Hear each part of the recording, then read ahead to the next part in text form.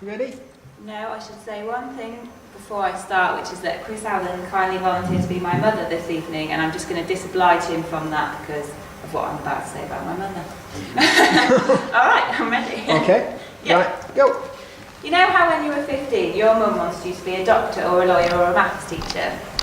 Well, my mum wanted me to be a lesbian. I think she wanted something to be cool about because drinking, smoking and teenage pregnancy had already been picked by her friends. But anyway, I rebelled.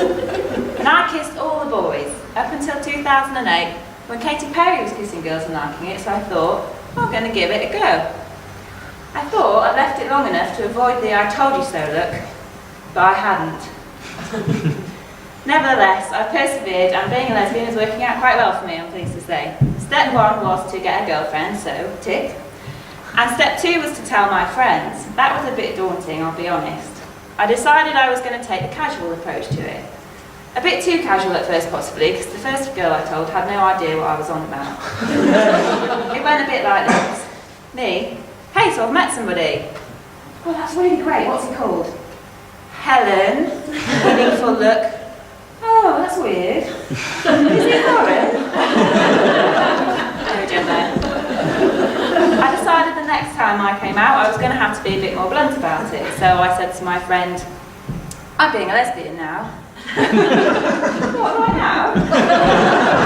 Well, yeah, right now. Oh, right, my friend Lucy did that last week. She saw it on Hollyoaks.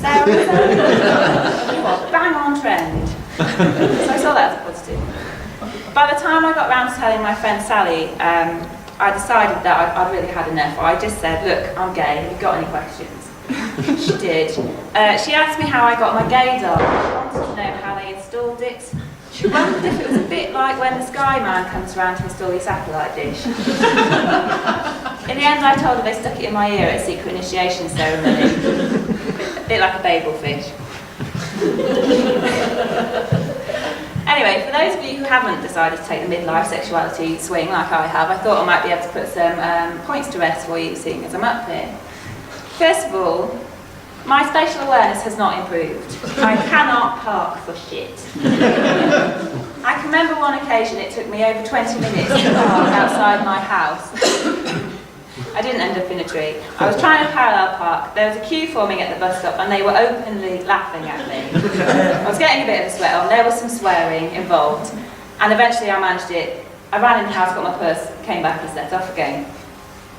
It was too hard for me. In the end I sold my car. My mum told me the other day with a meaningful look that my driving instructor is hanging blinds for a living now. I chose to ignore that comment.